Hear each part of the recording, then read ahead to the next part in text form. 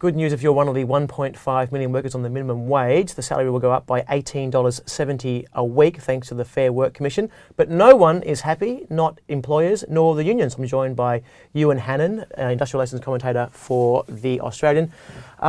Split down the middle, wasn't it, in terms of what unions wanted and what employers wanted? That's right. The Fair Work Commission has awarded $18.70 a week, which is equivalent to about 50-cent increase an hour. The unions wanted $27, the employers wanted between $8 and $10.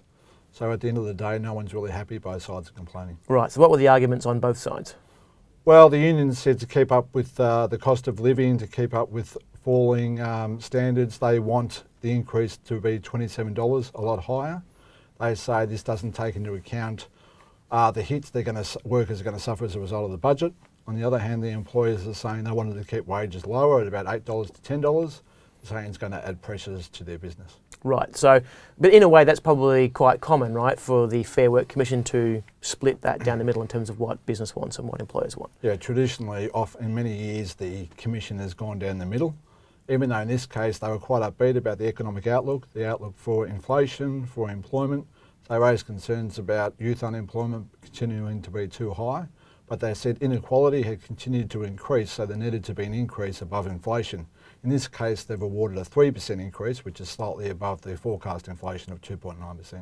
Right, so let's talk about the inequality part. What did they say about the fact that there's inequality in terms of the wage structure in Australia? Well, they talked about the fact there was inequality in relation to workers who are minimum wage workers who have no bargaining power, no real capacity to bargain with the boss and demand a pay rise, and the rest of the workforce who have generally increases to their wages each year. So the gap between the most of the workforce and the lower paid is increasing, so therefore inequality is increasing. So the unions say because of that they should have awarded a higher increase, but the Commission says there's other factors to take into account, so therefore they should be more moderate. This is 1.5 million workers out of a total working population of 8 or 9 million, so it's quite a big part of the population. I mean, what kind of workers typically are the ones who are on the minimum wage?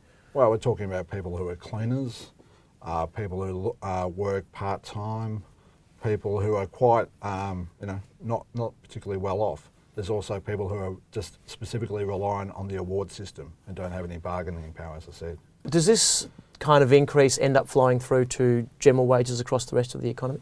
Well, there's an argument about that. I mean, unions say it doesn't, employers say it will, that it will form an artificial base at the bottom, but generally it doesn't seem to follow through. Wages growth across the private sector is at record lows. It's around 2.6%. So this won't have a significant effect on that. Ewan Hannon, thanks very much. Thank you.